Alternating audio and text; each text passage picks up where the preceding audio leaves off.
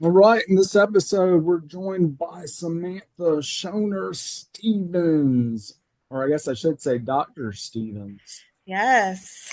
Class of 2014. Thank you for joining me, Samantha. Thanks for having. I'm excited to do this. Yep. Well, let's get to it. All right. So I want you to think back like 2 million years ago. You were a middle schooler there in the Carolina Forest Cluster. Why'd you decide to come to early college? I wanted something different. I was looking for a challenge, something that I knew was going to push me to do more, to be more.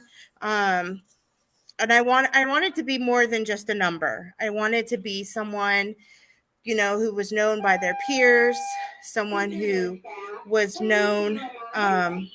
Sorry, it's like the very end of the day. um, but someone who is known throughout the building. I kind of wanted to be more. I didn't want to just be somebody out there. All right. So you don't want to be the small fish in the big pond, rather be the big fish in the small pond. Yes. Love it. All right, so you decide to come to early college, you do the Bridge Week stuff, you meet your wonderful advisor. Hmm. Your picture's on my wall. I I love that. I'd show it to you, but it's a mess right now. Uh, but you're in that advisory. What were your for the Bridge Week piece? Was it what you thought it would be? Um, the Bridge Week piece, I would say it was actually, I don't know what I was expecting for Bridge Week.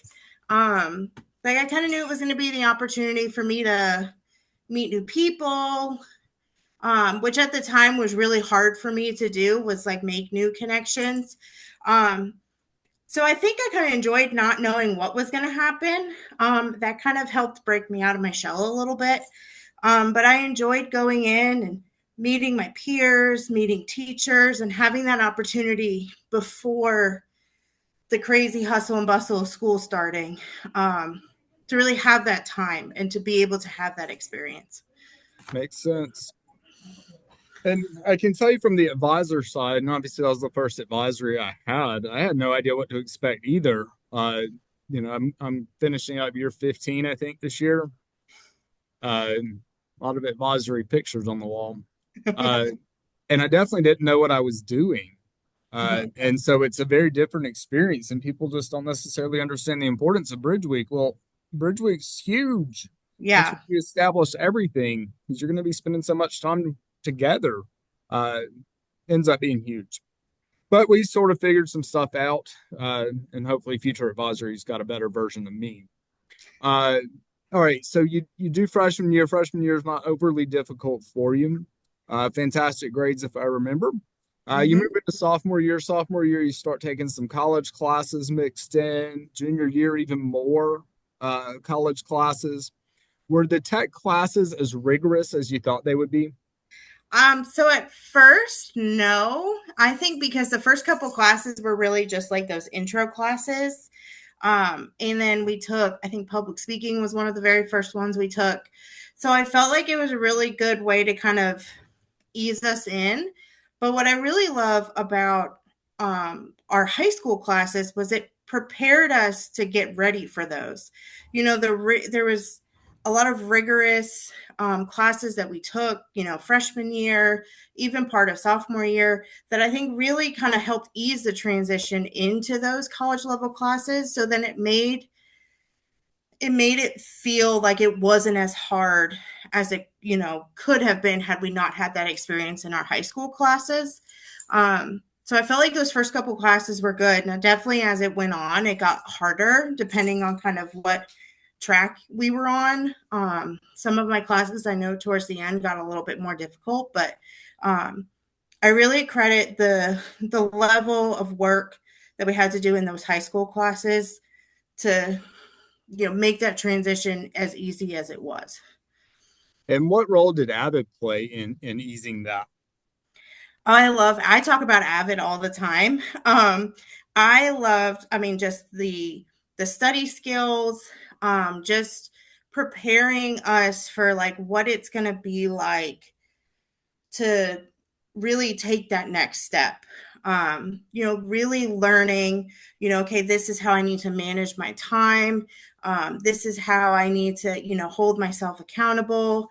So it really made sure that we had all the pieces to be successful as we kept going, especially towards junior, senior year when we're getting ready for college and, applications. I think Avid really helped ease that as well and not make it as stressful as it could have been. Love it. The avid folks will love that too. Uh, all right, so you get through that. You're there in senior year. What's it like trying to find money uh, for whatever's next? Um, so one of the really cool things that I did through high school was I got to play golf in high school, which I think kind of helped once I got to senior year, kind of pushed where I wanted to go. And I ended up, I mean, I did like, I worked part time and did all that, but for like college and finding scholarships, playing golf or playing a sport kind of helped me find some different avenues to help pay for college. Um, but also during Avid, I mean, we were looking at scholarships. We were looking at different ways that we could apply for scholarships because there's tons out there that just a lot of people don't know about. So being able to have that time to understand what college was going to cost and what kind of money I would need to make sure that I was successful kind of really kind of was helpful to have that mindset already because I feel like there's a lot that goes into that the money aspect that we just don't think about. 100%. You mentioned golf there. And so you were a student athlete at early Mm-hmm. college playing for Carolina Forest. Mm-hmm. Uh, do you think having that golf season, and obviously you're playing golf year round anyway, but do you think having that structure helped you or hurt you in terms of being able to get everything done? It was definitely a lot. There were a lot of days that I definitely struggled balancing being an athlete and also being a scholar and being one that, was making sure that I was, level headed and not, too heavy on one side. Um, there are definitely there were really hard days and there were days that I would fall asleep with my giant 3-ring binder open on the bed because I was at practice and still had to go home and do homework, but um, I think that helped shape me into the person that I am today. And it's helped motivate me to be better, but also like it's helped me to understand how I need to manage my time.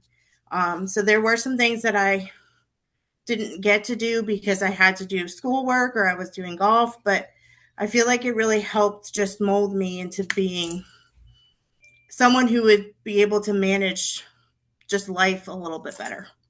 Gotcha.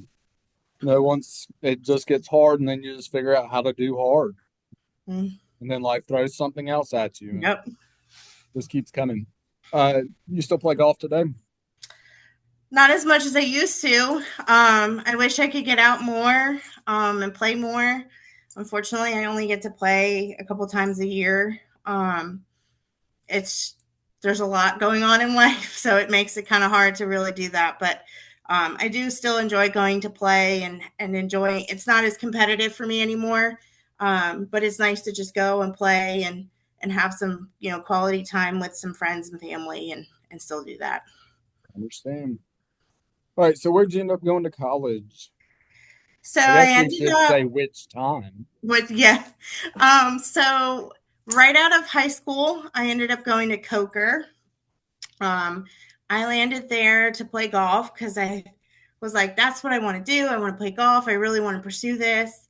Um, but I actually had a really hard time transitioning from being at home all the time to then not being home all the time. So I only stayed at Coker for a year. And then I transferred to Coastal. And I ended up at Coastal my first time, or the second time, and then Coastal again for my master's, and then I